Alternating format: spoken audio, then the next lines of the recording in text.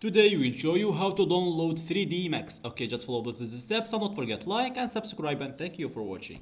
First, open your Google and go here and open the Google and go here. Just click to download 3ds Max. Okay guys, and go here just now. The first, click here and go.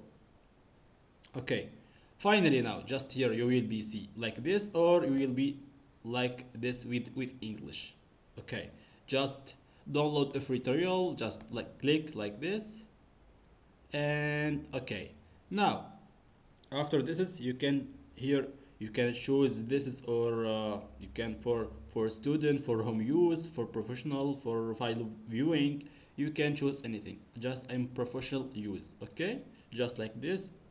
You can here do. Okay, now click to next login. Okay, and here put your mail, what you have mail, like Gmail, like iCloud, like Yahoo, Outlook, what you have. Okay, and now go to continue. And after this we will be take here your like names, or the first name like this. Maybe you can put what you want. Okay guys, okay, just you can put what you want. Okay, just here like I need to put anything. Okay, here you can choose like Ukraine, like Russian, like United States, like USA. You can choose what's your country. Okay guys, okay, I choose like, okay, the Netherlands.